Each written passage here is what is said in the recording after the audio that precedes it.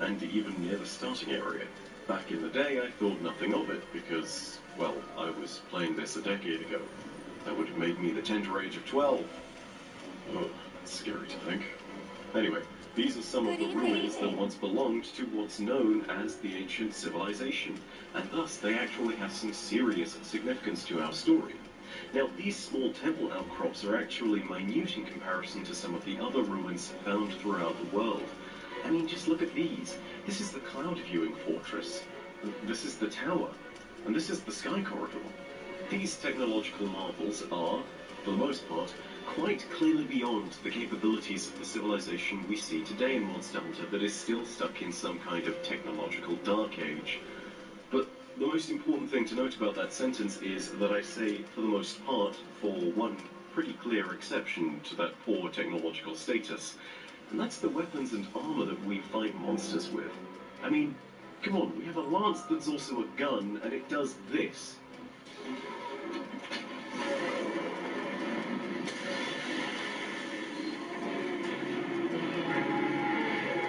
Yeah, pretty powerful. No Stone Age tech here. This is the real deal. The real question behind all of this, though, is why? Why is the technology of our weapons and armor so advanced compared to the rest of our stuff? The answer would appear to be that we borrowed or derived our techniques for forging weapons and armor from the ancient civilization. They were also hunters back in the day, although they regarded their targets in a very different manner to what we do. Talk to a hunter today, and there's a fair amount of respect for the beasts they're fighting. The ancient civilization used the materials from slain monsters so frequently that their death was probably of little consequence. Techniques for creating powerful weapons were left behind in the ruins of the ancient civilization, and the Hunters Guild has been slowly collecting them over the years. This includes designs for some of the strongest weapons in the Monster Hunter universe, the Dragonators. But here's an even better question. If the technology of the ancient civilization was so advanced, why aren't they around today? Why are we in this Stone Age, and what happened to the people that were building stone towers that quite literally pierced the sky? To understand what happened to the ancient civilization, we really need to start by looking at their relationship with the dragons and nature. When the ancient civilization was at its apex of power, it was in almost complete control of the world and the dragons that resided within it. They built their ancient monuments with the aid of the dragons, and in some specific cases, dragons would stay behind and guard them, living in that same region even to this day. The ancient civilization even made their monuments with materials from the dragons. Those of you that remembered all the talk about how the world was in balance and how nature was in harmony will already see where this is going. The dragons were effectively slaves to the ancient civilization, and this was only going to be pushed so far before the system broke entirely. But the dragons were already subservient to humans. They were already killing them for materials to construct their monuments. In fact, if you mine an ore node back in Monster Hunter 2, you can actually get decayed dragon scales because a lot of them are built out of Kushala Daora. Yeah, they used ancient elder dragons to build these towers. So the question is this: what pushes something over the line for a civilization that is already killing the things that could destroy it? What forces an uprising? And the answer to that question is pretty simple. An abomination.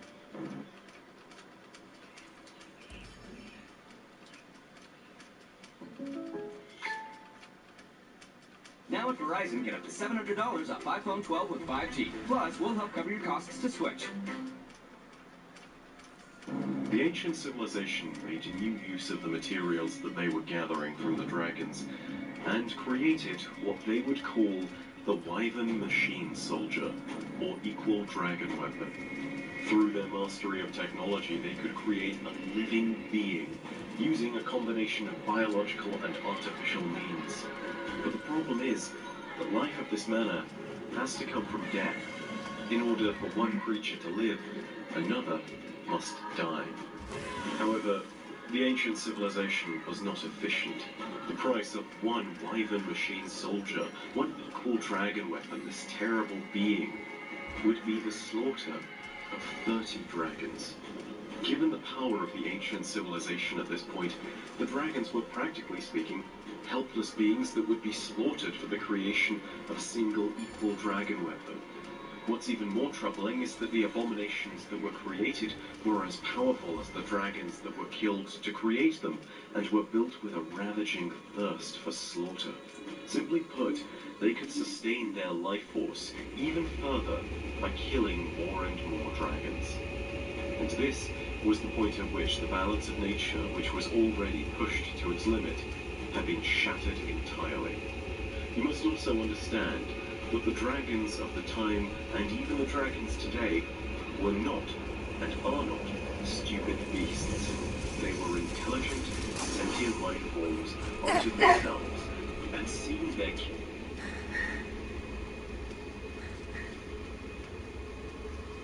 turned into such monstrosities was undoubtedly the straw that broke the camel's back. The creation of the equal dragon weapon would be no...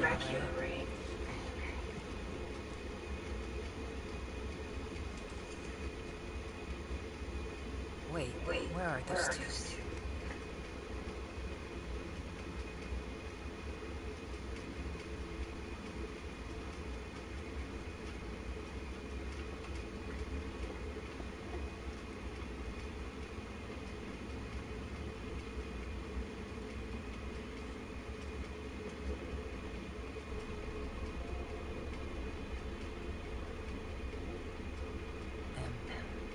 Am I alone?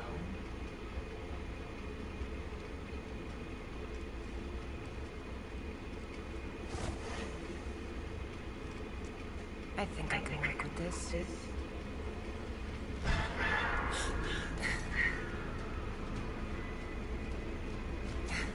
Isn't that...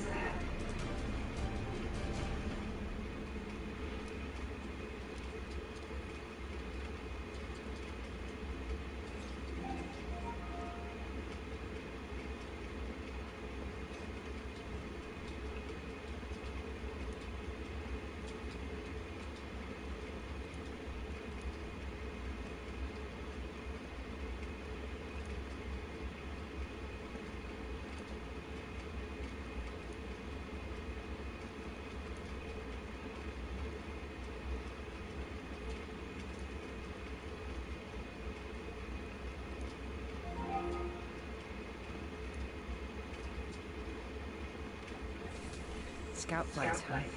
Let's see where they go.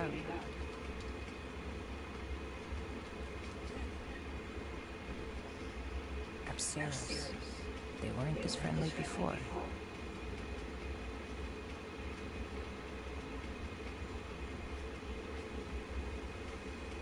These waters don't have any monsters in them. Thank God. Cave. Doesn't seem to have a nest inside. I'd better steer clear just in case.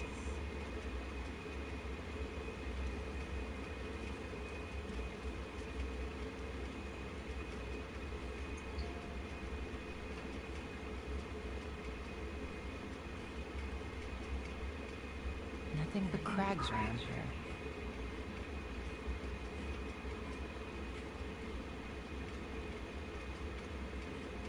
I've never seen a monster like this. I've got a bad feeling.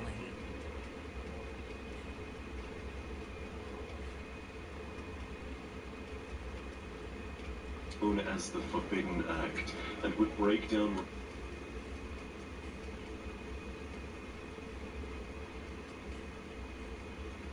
This is definitely the place.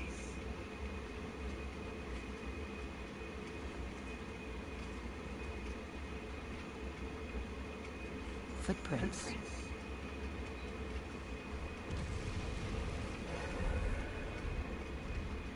You again? Okay, enough exploring. You want to fight? I'll give you one.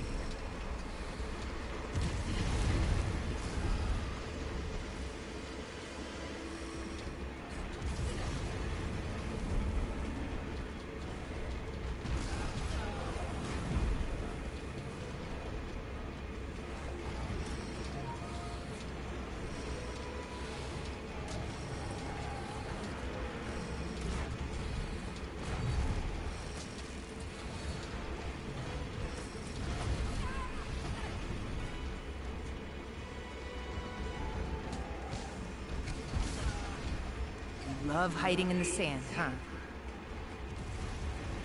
This thing must be weak to sound.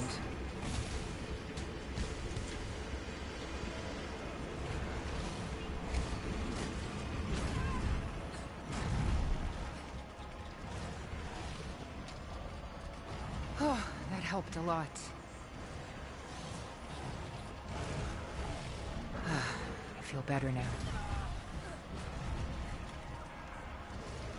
It healed me, but I wish it tasted better.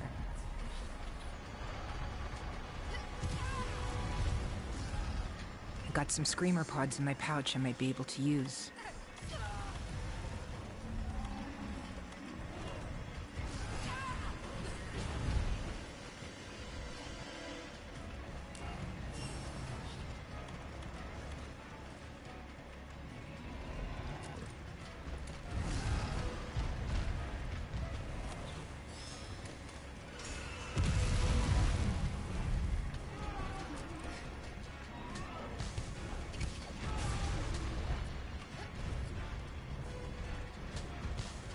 Your friend was a loose cannon, too.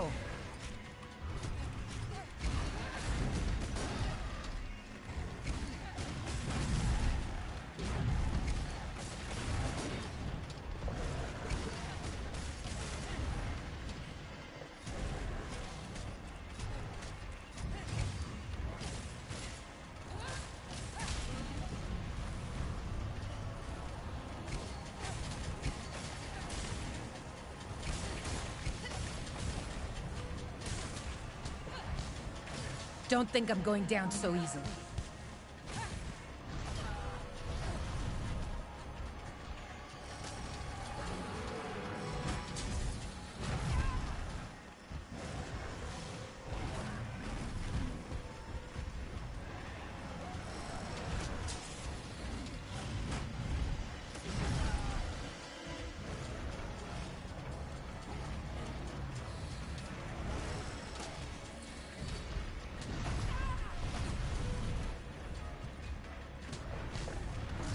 Hey! Calm down.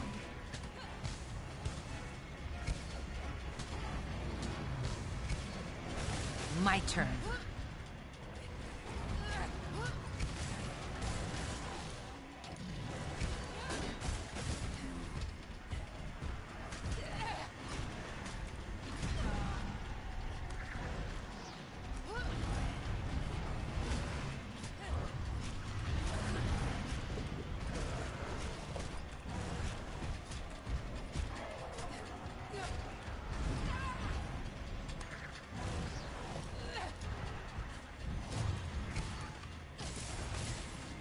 I'm getting sick of your face.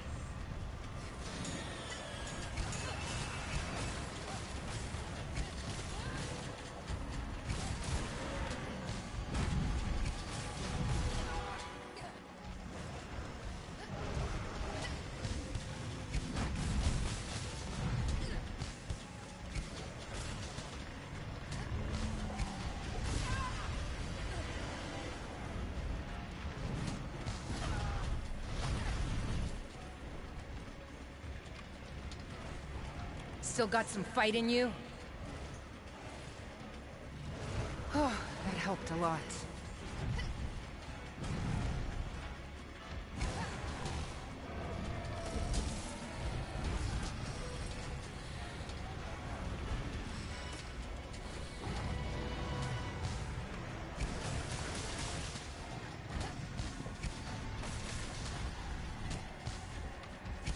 My turn.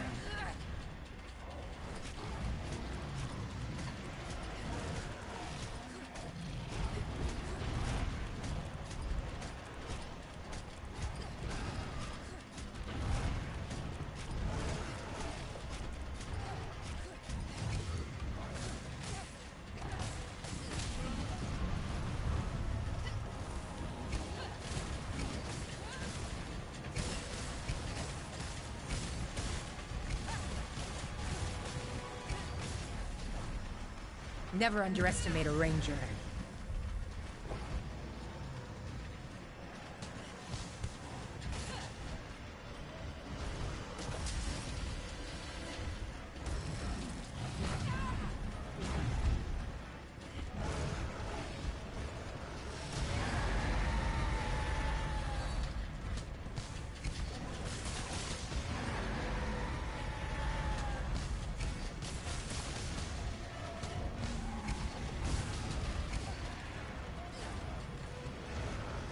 I can take you on by myself.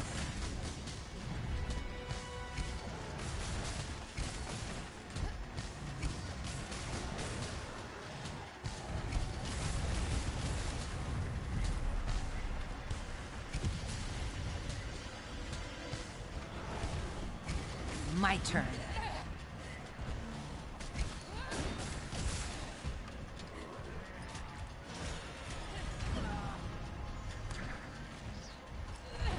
Relations between the ancient civilization and the Elder Dragons, leading to a terrible conflict that would sweep the entire known world. A conflict known as the Great Dragon War. The war would see the population of dragons dwindle, and it would see the ancient civilization wiped out for good. And now, Don't think I'm going down so all their easily. grandeur, and all their accomplishments and all their monuments, everything they have created lies in ruins. The only things left are the dragons that guard their once incredible monuments, now left to decay forever in time. But this is only a part of our story. In the next little video, I'm going to discuss some of the events of the Great Dragon War, the Kingdom of Shrade, and a dark shadow that still brings fear to both humans and dragons alike. Something unnatural, something Hey, most of what calm most of the down. world might describe as evil. Anyway, I hope you enjoyed that video, and if you found it useful, please do feel free to hit a like. Also, if you have your own commentary or if there's something that I missed, keep in mind the comment section is open to you. And don't worry, if it's something that I just clearly haven't got to yet in chronology, I'll be getting there. There's a lot that we need to cover, but at the same time, I'm willing to sit here and learn anything with you that I've missed. I am not exactly a neophyte anymore when it comes to Monster Hunter lore. I feel like I've spent enough hours researching. Feel better But now. at the same time, I'm certainly not as knowledgeable as I am on the Destiny side of things. So if I've missed something or got something wrong, please do let me know in the comments section down below. In the meantime, though, if you want more Monster Hunter content either on the lore front or on some...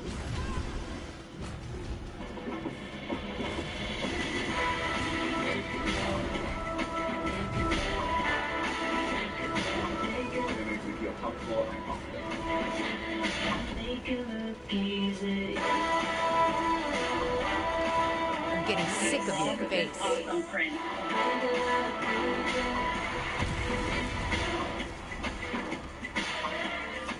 All new, made to express you.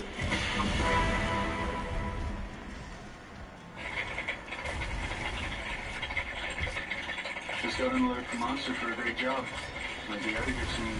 Let me know when that happens.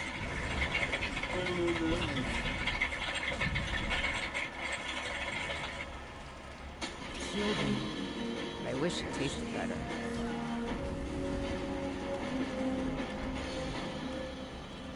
Oh, that helped a lot.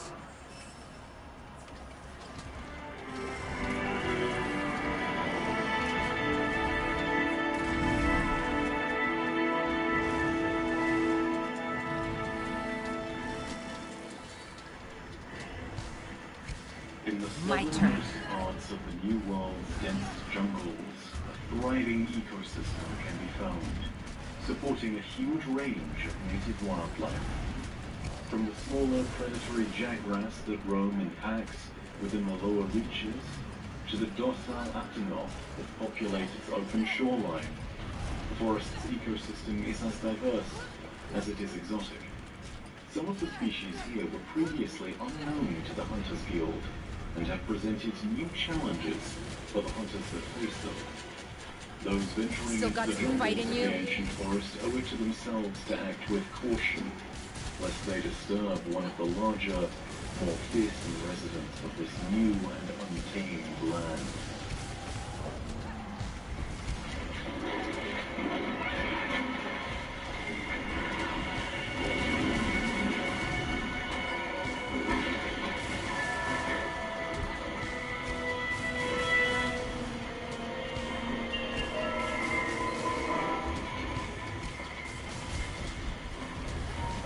Never underestimate a ranger.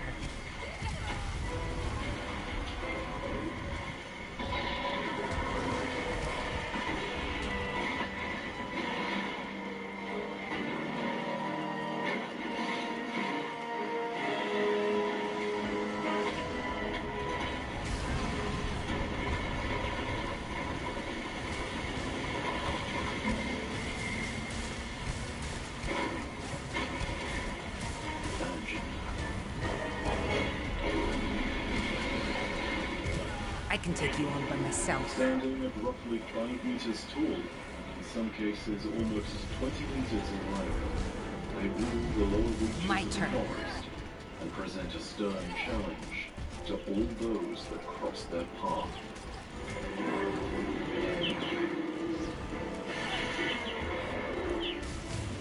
Bipedal brute wyverns such as the Anjanath almost always have something in common.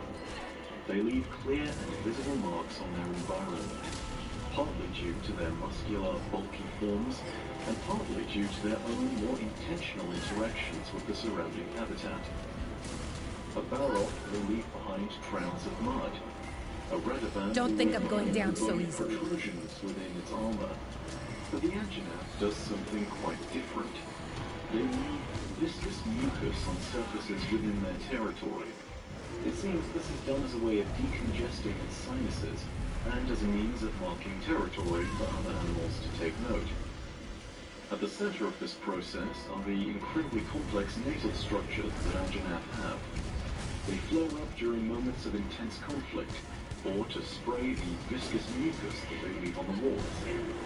More vicious, tempered versions of these monsters calm down. are marked not only by their increased savagery, but also by the fur on their backs, which changes from the typical brown to a far deeper and darker black.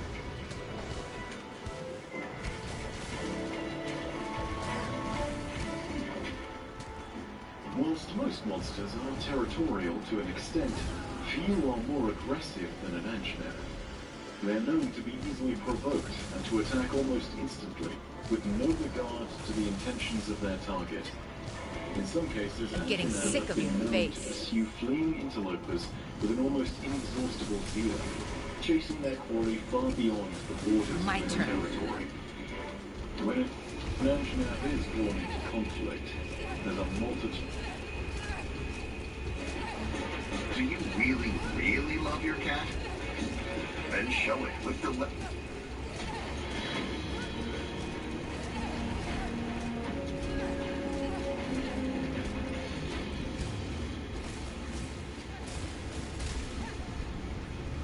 Greetings, hunters. My name is Vi here.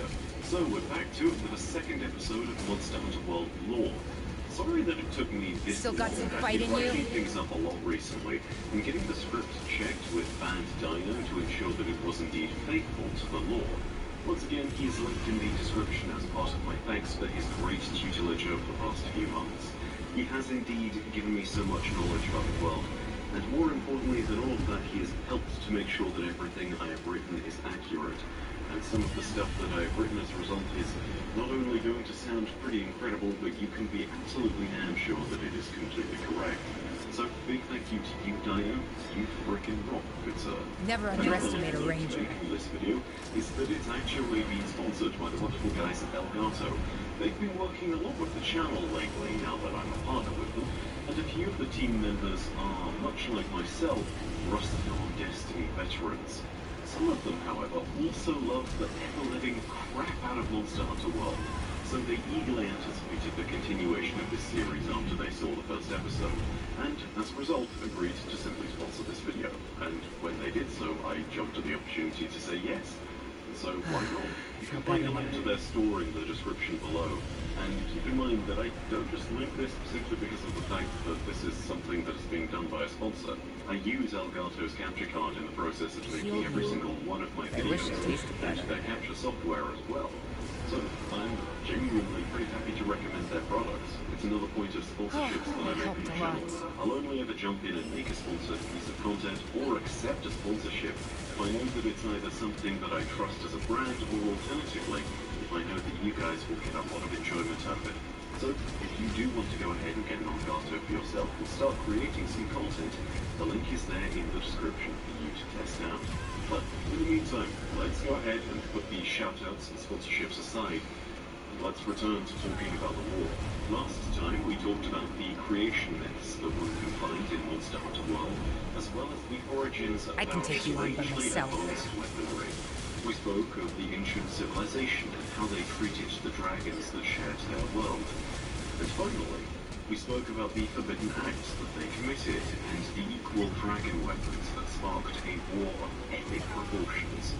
In this episode, we're going to be talking about that war, a conflict that would engulf the world, and would be known as the Great Dragon War. But before we talk about that war, we need to talk about the primary problem that is presented to us, which is that this was a war of cataclysmic Don't think I'm going proportions. down so easily. They say that history is written by the victors, but in this war, there really weren't any victors at all, just survivors.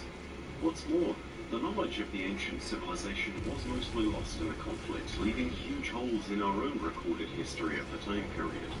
We know very little about it. As it stands, the vast majority of what we do know comes from folklore and, believe it or not, old children's rhymes that have survived from that time. We're going to get into all of that in a moment, but before we do, we really need to learn a bit calm more down. about what caused such a huge scale of calamity, namely, black dragons. Now let's be really clear about Feel this. better now.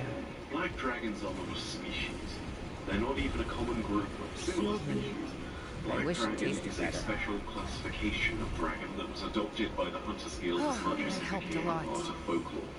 When you hear about a beast being a black dragon, it is not only referring to the probable color of its scales, but also to the danger that the beast poses.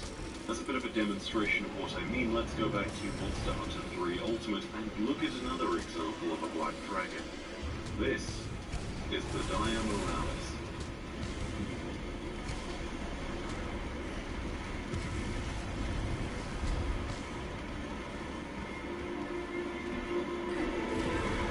I'm getting sick of your face. My turn.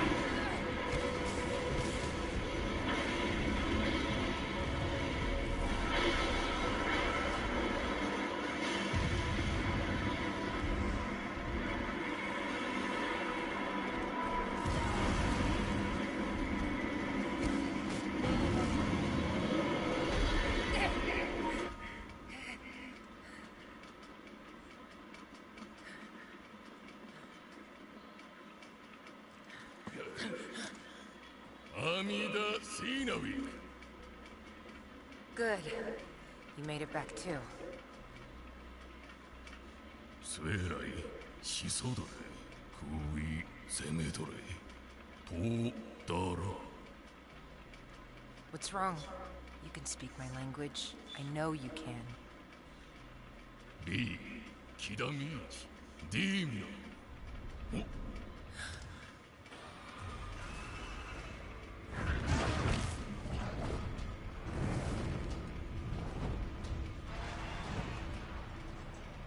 Ire, Sime. Zio Radorki, Shisodore, Narase. Hey, where are you going? You're not leaving me! No.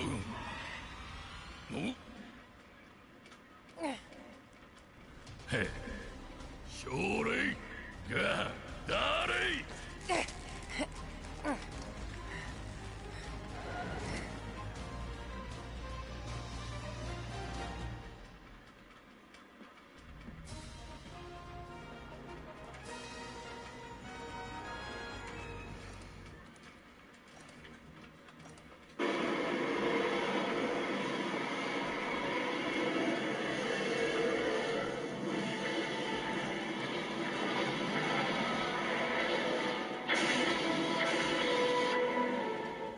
Yes, that's a single dragon. Yes, it's covered in fire. Yes, it's shooting meteors from its back. Because why not? After all, it is referred to as the dragon that destroyed the sea. That's not hyperbole either. It inhabits a region known as the Tainted Sea, and it's called the Tainted Sea because just by being there, the Dia Moralis killed all of the sea's other wildlife. This stains the sea a permanent blood red and has forever left it bereft of life. And that's not even the black dragon that we're talking about. But you kind of get the scale here. These things are literal walking apocalypse machines. But let's just put all of that aside before we talk about one specific black dragon. And let's first talk about those child's tales, which are one of the only historical accounts. There is one in particular that stands out. which supposedly charts the story of the Great Dragon War as a whole, and this is known as the Legend of the Black Dragon. This is commented on and recorded further in the Hunter's Notes from Monster Hunter Freedom. They read as follows. Hasn't there been a song stuck in your head? A song sung by children all across the land. A song with soul, sung diligently in the streets and in the alleys. What is that song? The legend of death. Death by a giant wyvern has been revived. It is the legend of the Black Dragon. Everyone should know it, as it is based on a famous fairy tale. However, I think the fact that everyone is singing this song is actually a sign. They say children are always first to foretell the changing of the world. They are said to have a special sense for these kind of things. I have gathered as much information as I could from the corners of this world, and I have told those who should be told. However, no one believes me. That is why I have begged for a few pages in Hunting Life to explain the legend to all those who care to learn. The legend of the Black Dragon is said to exist everywhere, and while there are changes in the lyrics depending on location, the content of the song is the same. So please understand that the lyrics printed below are representative of the song as I know it. The lyrics may be different where you are located. When the world is full of wyverns, the legend is revived. Meat is eaten, bone is crunched, and blood is sucked up dry. He burns the earth and melts through metal. He boils the rivers and mows down trees. He awakens the winds and lights an inferno. He is called Fatalis, the wyvern of destiny. He is called Fatalis, the wyvern of destruction. Call for help, run for your lives, and don't forget to pray to the skies. He is called Fatalis, the wyvern of destiny. He is called Fatalis, the wyvern of destruction. Fatalis, Fatalis, heaven and earth are yours. Fatalis, Fatalis, heaven and earth are yours. This is the tale of the Black Dragon that destroyed the kingdom of Shrade, the one that held the most hatred for humanity and its terrible machine soldiers.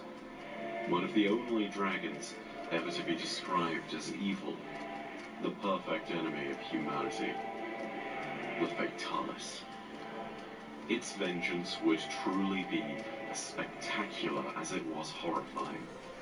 But can any of us fail to understand its anger? It had seen other elder dragons and lesser wyverns sacrificed in droves and used to adorn the armor of the hunters and foul machine wyverns that it now fought. It would bring terrible destruction to the cities and fortresses of mankind, and in doing so, it would bring a terrible and poetic end to all those that stood against it. Humanity's greatest weapons and armor were all forged from those enemies that they had slain, and so, Fatalis too would forge armor from its enemies. It would melt the bodies of fallen hunters onto its hide, forming a layer of makeshift armor all of its own, mocking those that had been consumed by their great hubris. Perhaps in doing so, the Fatalis intended to make humanity remember. Remember that they were not the masters of nature, that they could never truly control the dragons. They would learn that they were not the hunters they thought themselves to be. They were lesser beings of feeble might. They were prey. The Fatalis descended upon the kingdom of Shrade, reducing it to ruins and decimating all of those that stood in its way. This is how humanity lost the Great Dragon War. A lightning strike without warning from a dragon so monstrous that it was almost a force of nature.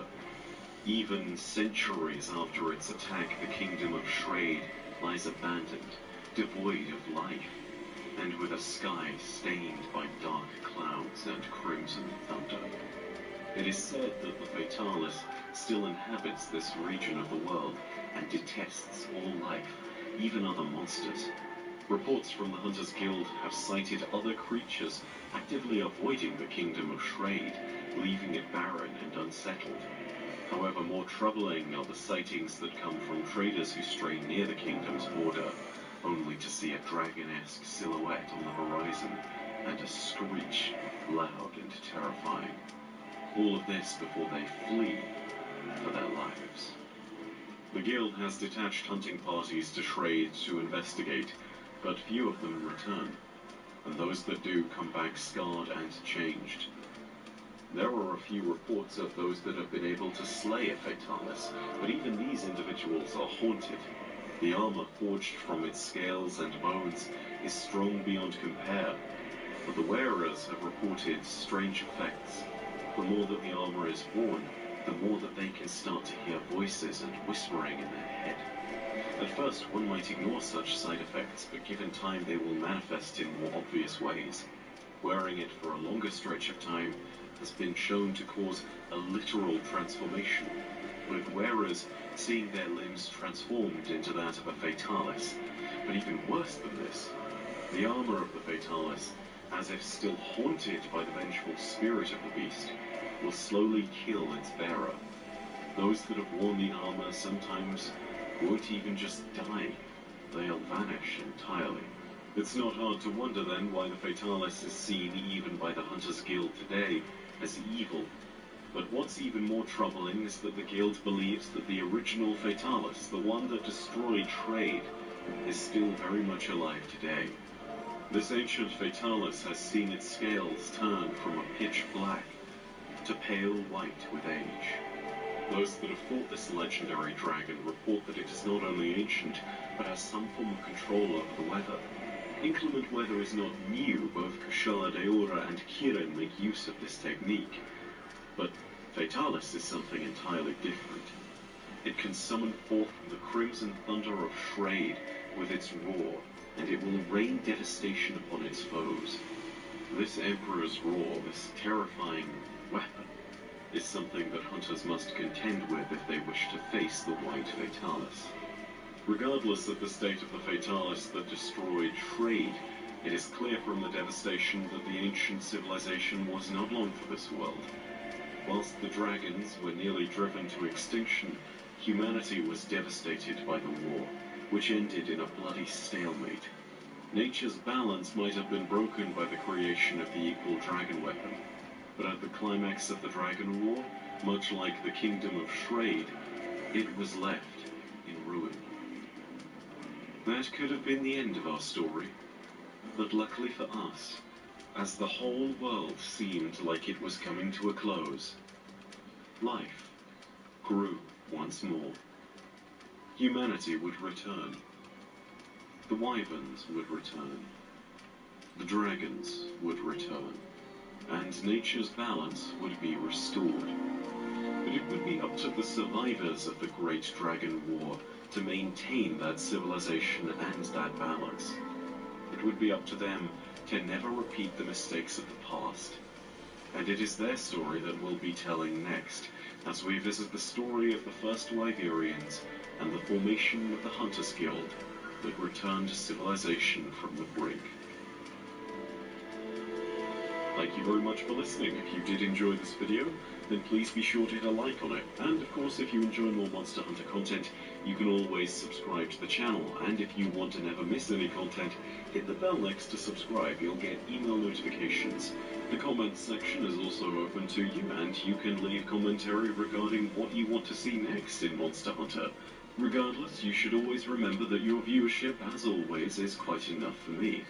And in the meantime, my name is Fife.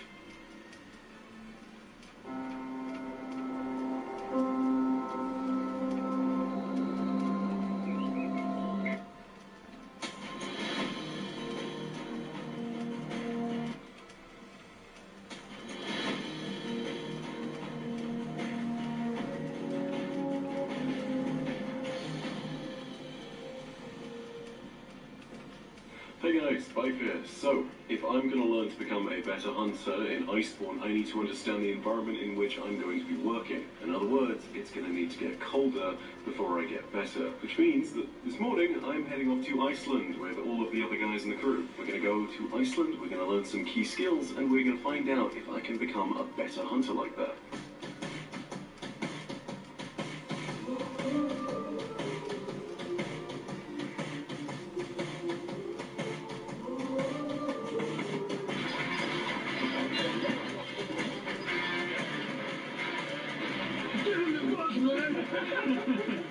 We are gonna practice some ice climbing today. Driving good. Whenever you try to make it to be extremely steep, they don't bend at all. With these shoes, guys, they make a great difference. So some more here and beautiful biking axe for you. That's awesome. You can fight the trolls. And now you have all your weapons. Thank you. You're welcome. By the back. 20 meters. Super famous in Iceland, not just because of the size, most of all because this is the home of one of the most dangerous volcanoes of Iceland, which is called Katla. This Katla, guys, it is hidden underneath the ice cap. And the crater is covered by a layer of ice that goes from 700 to 1,000 meters. How is that possible? Because on the top of the mountain we have a caldera, which is a big bowl, basically. On the bottom of this bowl we have a huge crater, the crater of Katla, that could easily swallow the whole city of Reykjavik. It's a huge one. And basically, this big bowl, this caldera, got filled by snow. The snow under its own pressure turned into glacier ice. And that's how we got this huge ice cap. This volcano erupted 20 times since Iceland was settled. So basically during the past 1,000 years, a little bit more, we got a couple of eruptions every century, every 40 to 70 years. But bad news, the last eruption was in 1918. That's why you see me running up here. Hopefully there's something going on today. They said we should have 20 minutes to run away, and they said there will be enough. We will see. Hopefully not today. So, we're in Iceland. As you can see, overall there is ice. We're actually going to be using that for a little bit of training so we can learn some essential skills that we will need in the Hallfoss Ridge when we get back into Monster Hunter World Iceborne. The glacier up there is about 400 meters worth of climb. That's quite a bit, but luckily, I'm not alone. I've got some crow hunters here with me. You guys know that I've played a little bit of Monster Hunter in the past. I know my way around the Greatsword, I know my way around the Insect Glaive, but there are better hunters out there. Hunters such as Arix Gaming, who is joining me on this, is actually behind the camera right now. Yeah, that's it. We're actually going to go ahead, head up there, and we're going to get some interesting times climbing the ice and learning some key skills using one of these, like two version of these. Find some mind now, crops. That's going to be nice. Let's get going.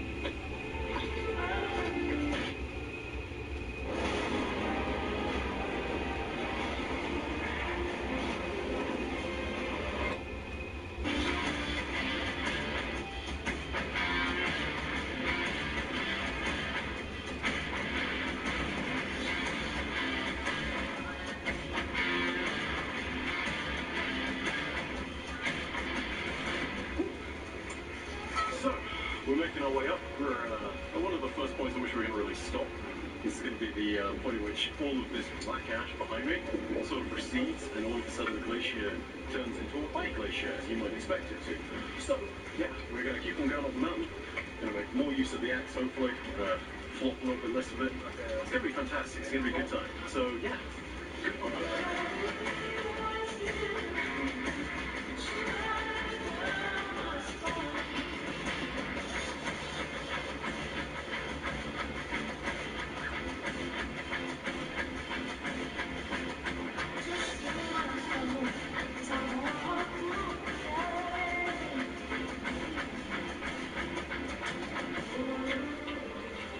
Next thing, axes. When it gets really steep, vertical, overhanging, then you need climbing axes. How do we swing the axe? Have you ever tried to throw an axe? Yeah. That is very popular now. And the movement is exactly the same. So you basically arrive, you basically face the wall, and you keep the three joints in a line. The movement is mostly made by your elbow and your wrist. In other words, we don't need to do this sort of movement. We face wall, and we go like this. Most important thing, I tried before hitting the ice, you need to flick your ring. Like this. So, you don't use the axe as a hammer, because the more think about the axe as a hook. So we go to hook the ice like this. 1 centimeter or less is more than enough to hold all your body weight. Now let's put together crampons and axes. As I said, I want to try this spot. The first thing we do will be to find a good spot for my axes. It's always a result. It's much easier to pull up like this than like this. So as far as you can get above your head, 1, 2. And now we make 5 short steps. 1, 2, we gain it constantly. 3 and 4, we get that good position with wide feet at the same time. And now, as you can see, I'm using my arms a lot. The fifth movement would be you pushing your weight against the ice and leaning back with your shoulders. That is your resting position. You don't need your arms. You see, I'm resting my arms and I'm ready to look when I'm going to swing, moving my axis further up. 1, 2, and now I lean back and I go to 5. 1, 2, 3, 4, 5. Okay. One last time. Axis. 1, 2. I lean back so I can see where I'm going to hit the ice. And then I go 1, 2, 3, 4, 5. Okay? Nice.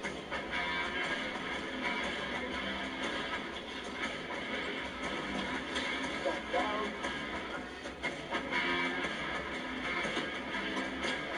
Good job. Okay?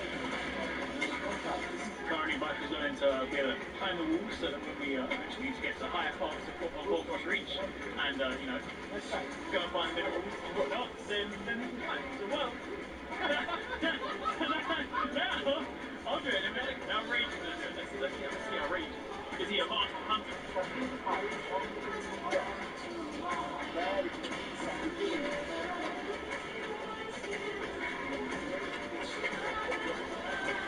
Whenever you go on a hunt, it's always better to make sure that you bring somebody who's really experienced.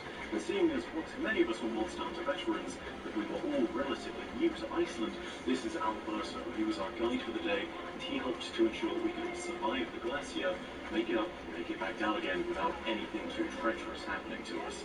So it was important that we had somebody who was an absolute professional to make sure that we were going to come back. After all, fall down a crevice in the glacier, it might simply be that there's no way out. And that was why we brought up Alberto. So, every eruption and every volcano is different. And the ash that came from the famous 2010 Eyjafjallajökull eruption is this one. It's extremely thin, and when it's wet, it really looks like clay. Apparently, this is now a very good perspective. This is going to be for us today our world fame. So, guys, it's going to be now everyone. Yes, some of these things.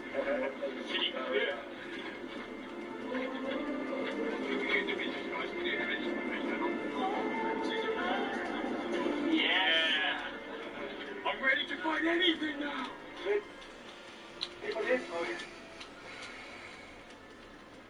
Hey, did your team get approval from legal? Bagel. I love a bagel. When teams work in silos, it's hard to get the...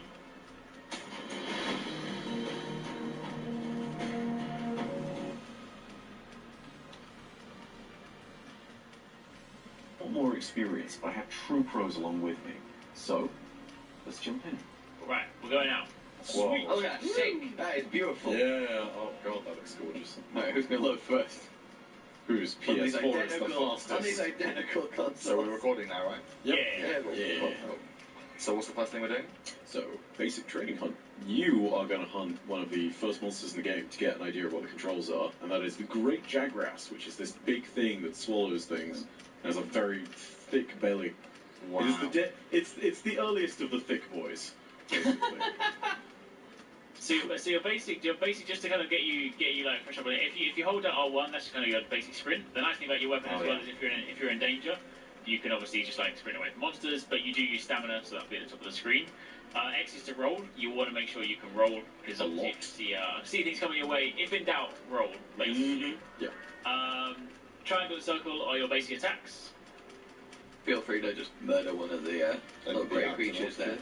You can cycle between, like sword and shield, you can cycle between kind of a standard, just like triangle, you can go like triangle, triangle, triangle, circle, circle, circle. If things get bad, you can hold down R2 to block. You've only got a small shield, it will use your stamina, but if things do get hectic, then you can also block. And then, for when you need to use things, if you hold down L1, you'll bring up your radio menu. If you press up on the D-pad for a second to change the shortcut one, you'll see you've got some items here. So, like, for example, on the left, you've got the little green bottle.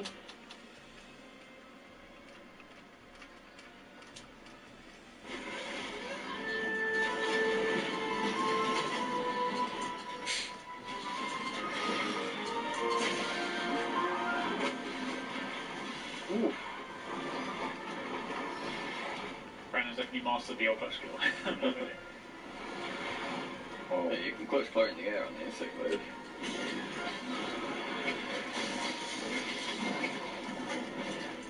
Yes! Oh my god! Suck it! He's got a new ride! Oh you lord! wait just before you run out of stamina and then use it at the last moment. Bam! Get ready. And again, bam! Whoa. Get knocked out. Bam! Hawkeye. Was that on his horns? Yeah. What did he ever do to you? Everything. He has full armor. I need it. Well, I'm taking his tail. Oh my lord! Oh wow! That was destructive. Oh yeah. Don't mind me, just gonna get the greedy carbon. Alright, that is rule one. Okay. One does not take their eyes off the prize for a sneaky carb. Because you will die. Now, you say that, but I'm sitting here pretty with my Bandoro lash, and I feel pretty good about my decision making. Carb early, okay? That's maybe true, but I'm still alive. I'll have you know, I'll let Vibe off for this one because even though I may be a teacher in this here setup, I also am a combat carver. Oh my god! I am a. Is it safe? Let me go and do it. Occasionally, you know. There is something about asserting dominance on a monster that's still looking at you as you just carve up its tail while maintaining eye contact. It's true. Nothing unsettles them like that. Also, sometimes if you're playing online with a random person, you're like, oh, well, if this goes wrong, at least I'll at least get one bloody. Wait, this man hurts. Oof. Nasty. Wow! When Mario met Monster Hunter. Do you remember in Generation Ultimate they had the Mario voice? Yeah. That was great. Or the Mario/Bruce Lee voice. Oh, I need to.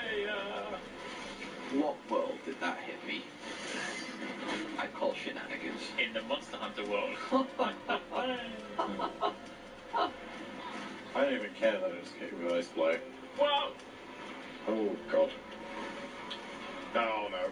That's how I got big you. balled it. Oh no, well, I wish I got you, but I'm busy. Oh no, I'm good. It's okay, I'm alright. Thank you for the powder there. Oh, bad photos, piss off. Not good. Oh, we might get a turf war. Oh. So sometimes when two monsters that don't like each other meet in the field, they have a little bit of a scripted encounter where they'll absolutely just go for each other. Like so. That's Just so cool. observe. And he's gonna have a little fight. Whoa. And you can use this to your advantage because it damages the monster in question. The loser takes damage, or if it's a draw, they both do. And generally, while they're having fun, you can just wail on them. So that's a little bit of extra time. That's cool. Or you can just enjoy the spectacle. And that's how baby Bambaros are made.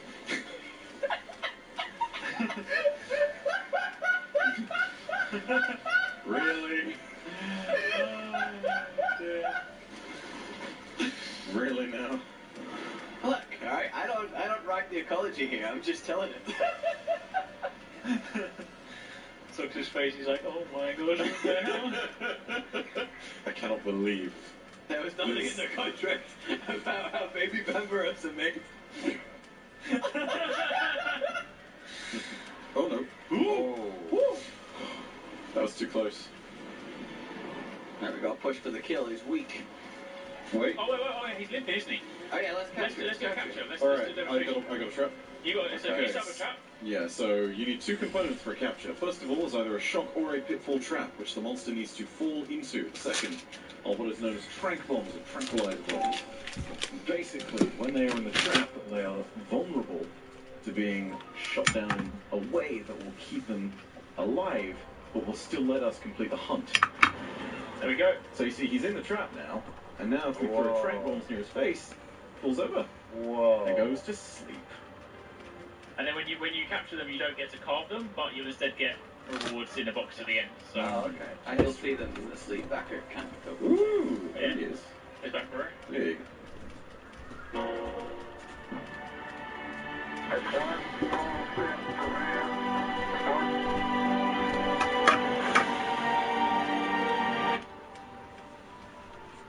You can see that he's lying there asleep with the tail and horns cut off and all the details from the fight still preserved. He's not having a very good day. He's lost his tail. He's not very happy about it. So they either get put into the arena to fight to the death or dissected in their sleep. Jeez, poor thing. Not dissected in their sleep. It's Yeah, a research commission. That's what they do. No, they release it back into the wild. They say that. Wow. This is an ecological commission, my dude. I ain't about dissecting dudes. Yeah, that's just the law. What do you mean that's the law? That's not even really close. See, the handler doesn't know how to make lasagna. Okay? The handler's great, but she keeps on getting eaten. She can't make a lasagna. Cats, on the other hand, never get eaten, make a dog lasagna. I don't know why this calculation hasn't been made already. That's the two, The new handler should be a cat. It's true. Yeah, sure. What we need to You're do, taking this feedback back. after Take it back to Japan. after we've done the quest, we then need to all go to the gathering hall and then sit in the hot springs to round it all out. Yeah, we can do the Yes. the Since camera. we didn't get to go to the Blue Lagoon in Iceland, Yeah. we'll go to the Blue Lagoon in the gathering hall. And for this one, Brandon, whenever we're following Elder Dragons, the scout flies will be blue instead. Oh, cool. It's kind of the way to sort of Dangerous. Yeah. Or Belcana. Because blue is the colour of danger. Yeah. Yeah, sure. Pardon?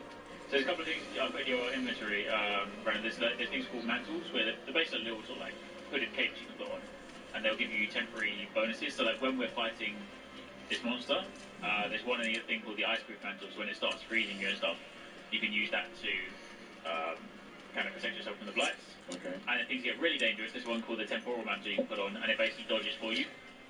So if things get like crazy hectic. Oh, I think I see it. Oh, yeah. I see it. It's up ahead.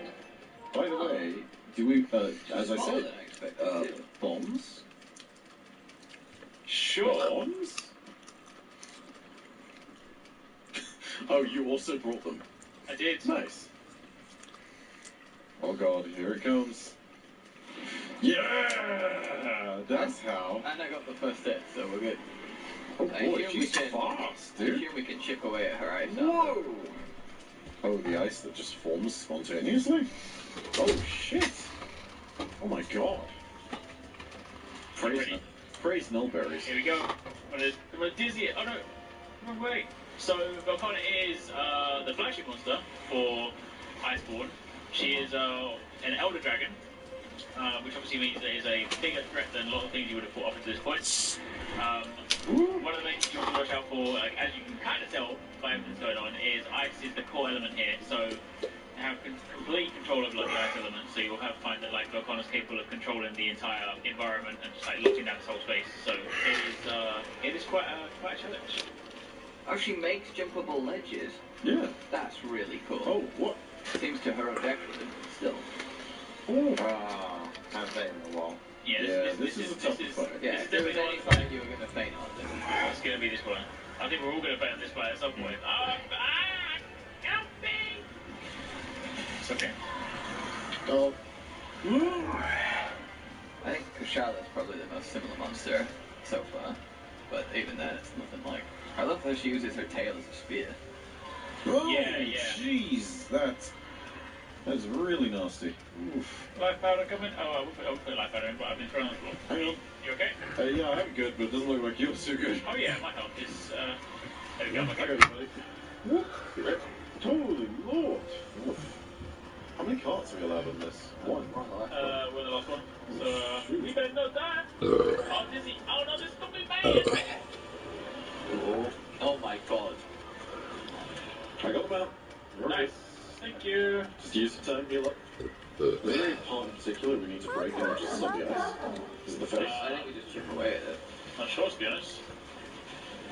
Oh, it's flying away. Okay, nice. It's a power code. It's like a little plant version of a demon drop. That gives you a little quick boost. Spicy. Very spicy. So yeah, the map looks awesome. So one of the things that it's called the Whole Forest Reach as well is that as you play throughout the campaign, it'll expand and you'll open up different areas. So you'll see different parts as you go. So this is Oh my god! I'm so glad I was airborne. Oh, she's enraged. Very clearly not pleased. Watch out the ice cream. Yes. Oh no, my feet are stuck. Oh, she free to use the flaw. That's really cool. Oh, watch out. Left photo.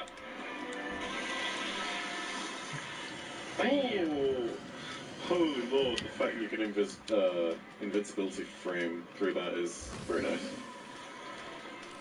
Oof. Also, I need to sharpen real quick.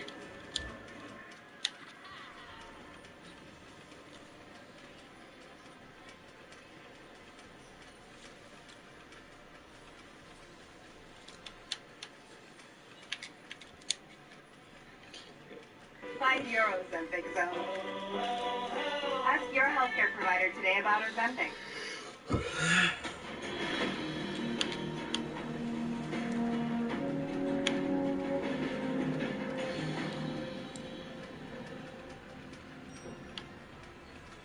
Greetings everyone, my name is Bife here.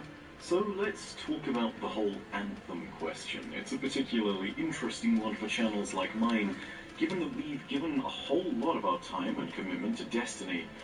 And whilst it isn't exactly the same, these games all present the same issue as an MMO does when compared to each other. They are all really demanding on your time. As a result, when everyone saw Anthem get released into what Bungie has dubbed, and what I think is now sort of being dubbed the shared world shooter genre, there were a lot of questions about whether this would be a Destiny killer. You know that we've been down this road before, frankly, so I wanted to try and give you a few of my thoughts on the game, but I want to say that I will be playing Anthem. I may likely also be covering it in news videos and in videos after release as time goes on.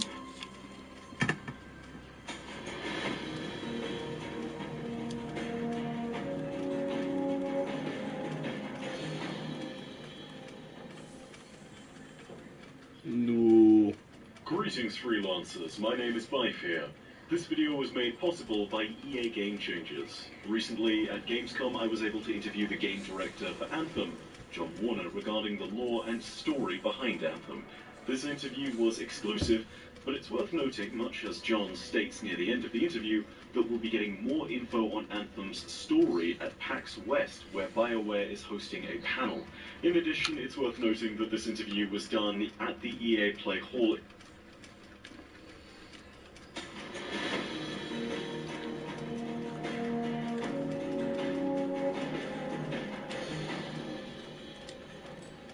Kind of want to make a weapon and a armor. Greetings freelancers, my name is Bife here.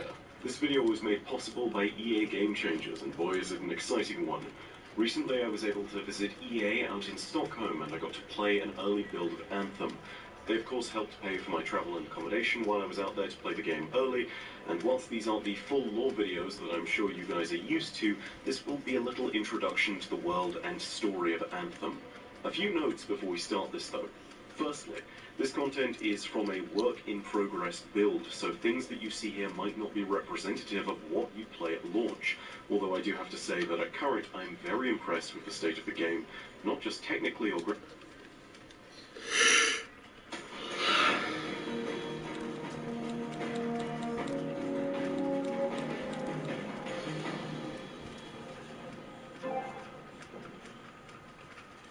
Greetings freelancers, my name is Bife here. This video was once again made possible by EA Game Changers. Recently I was able to visit EA out in Stockholm and I got to play an early build of Anthem. They of course helped pay for my accommodation and travel while I was out there, and I got to play an early build of the game. Whilst these aren't full lore videos as you're used to, I'm pretty sure these are going to make a decent introduction to the world and story of Anthem. A few notes before we start. Firstly, this content is from a work-in-progress build, so things you see here might not be representative of what you play at launch. Although again, my impressions of the game as I've played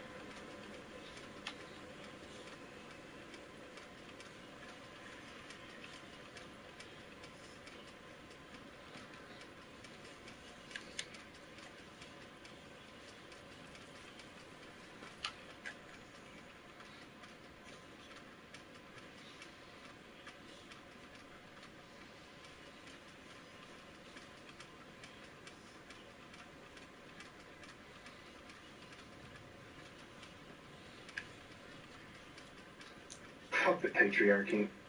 Yeah, fuck the patriarchy. Hey, guess who I hooked up with last night? Who? Mitch McConnell. What? You said fuck the... No, I didn't mean that.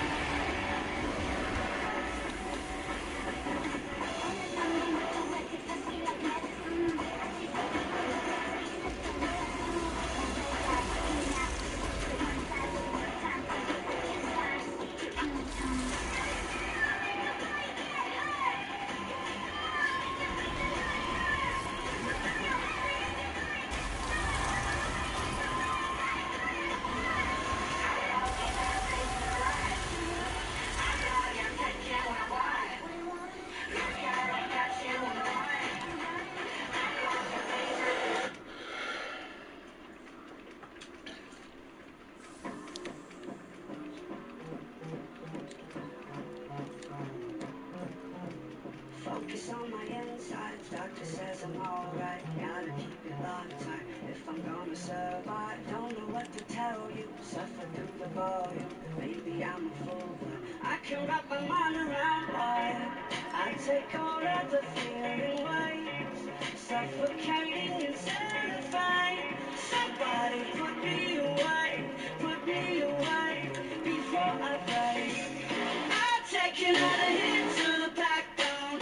I'm picking up the heat like an atom bomb. No time on the clock, it's a bloodshot. 3, 2, 1, you got me bloodshot. I'm taking all the hit to the backbone. I'm picking up the heat like an atom bomb. No time on the clock, it's a bloodshot. 3, 2, 1, you got me bloodshot.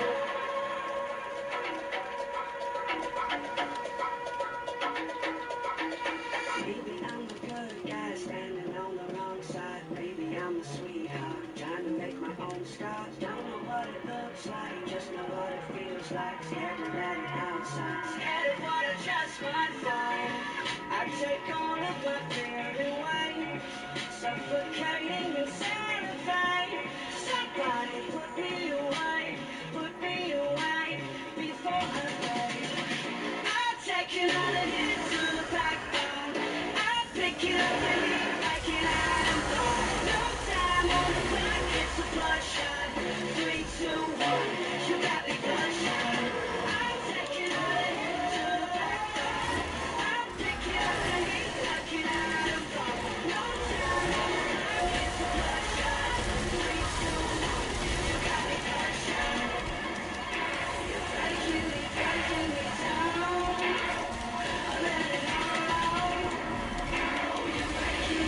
breaking me down. Oh wow, fucking combo man.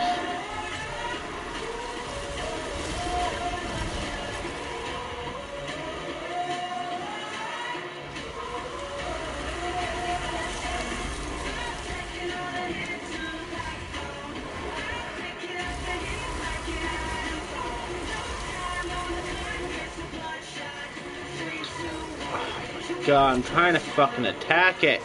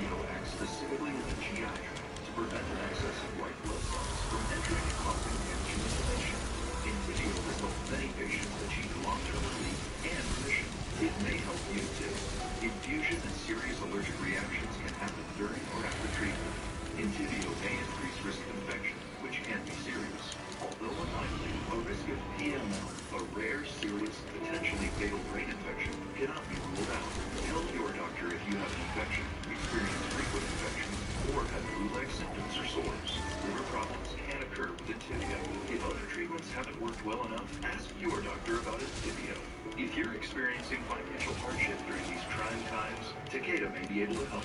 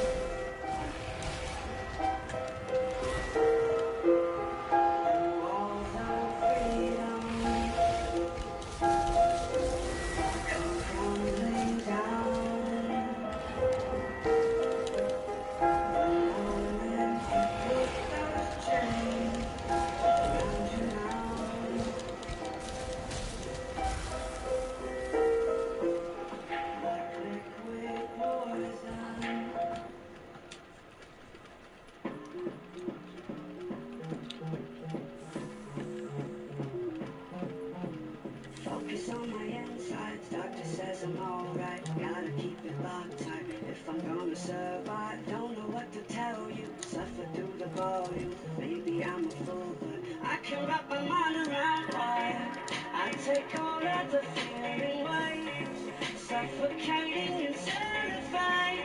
Somebody put me away before I play. I'm taking all the hits to the backbone. I'm picking up the heat like an atom bomb. No time on the clock, it's a bloodshot. 3, 2, 1, you got me bloodshot. I'm taking all the hits to the backbone. I'm picking up the heat like an atom bomb. No time on the clock, it's a bloodshot. 3, 2, 1, you got me bloodshot.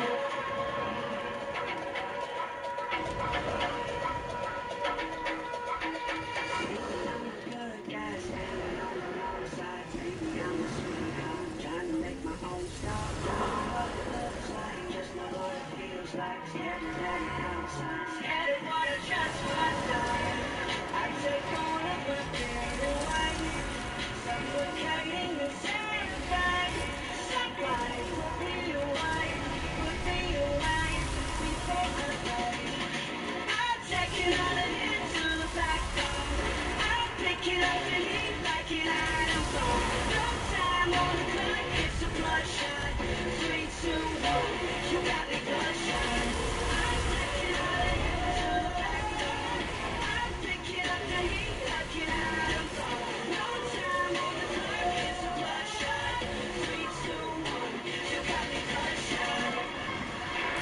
Breaking me down.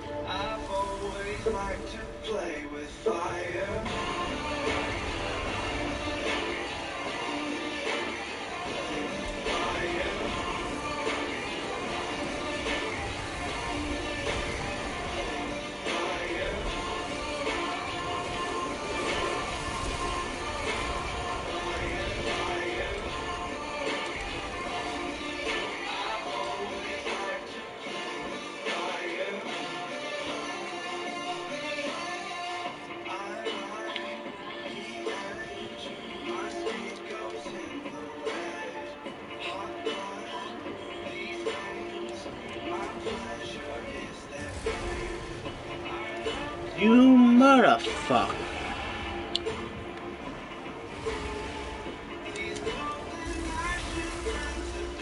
What the fuck?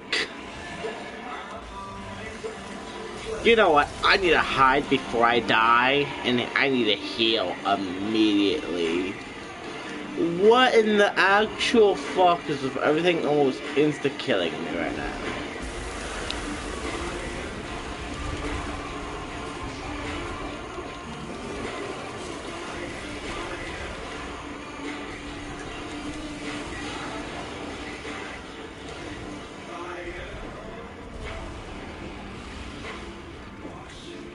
Are they having another turf war or something? I do not want to get in the middle.